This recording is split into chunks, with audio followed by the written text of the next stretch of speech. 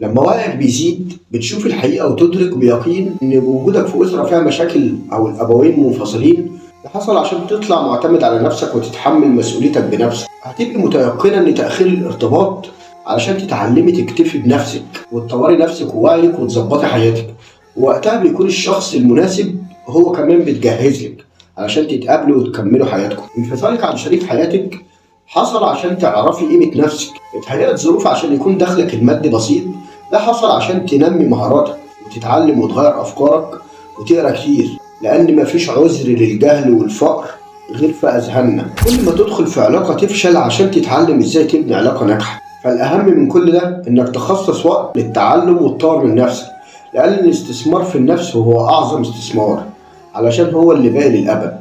الناس اللي بتحبطك وتقلل منك كان لازم يحصل ده علشان تتعلم تثق في نفسك، فتوصل إن يكون عندك المدح زيه زي الذم بالظبط، ويكون عندك مناعة من الكلام السلبي. وزي ما في ناس بتشجعك هتلاقي ناس تحبطك، لأنك مش هتكون أحسن من الأنبياء ومن ربنا اللي في ناس بتسبه لحد دلوقتي.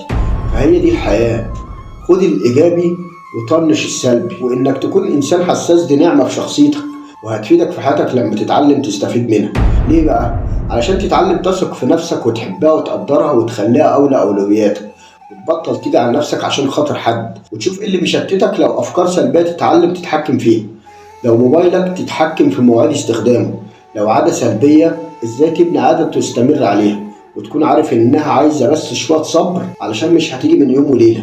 هتقع عادي، قوم تاني، وكل ما تقع قوم لحد لما العادة القديمة تستسلم لإصرارك وتنشيف دماغك. الروقان والهدوء قرار، والتوتر والضغط قرار، وانت اللي بتختار.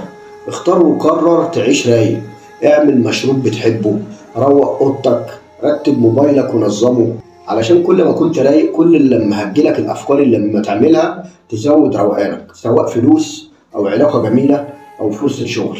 الدنيا بتروق على اللي بيروق على نفسه. تأكد ان الدنيا صممت باحترافية عشان تطورك، واحنا اللي بنختار نتطور في رحلتنا بحب وسعادة ولا بالألم غصب عننا.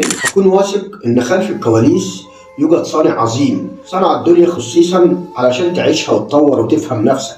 ثق فيه وثق في نفسك وفي الحياة، وتأكد انك تمام مهما حصل يا صديقي. سنلتقي إن كان في العمر بقية، والسلام عليكم ورحمة الله وبركاته.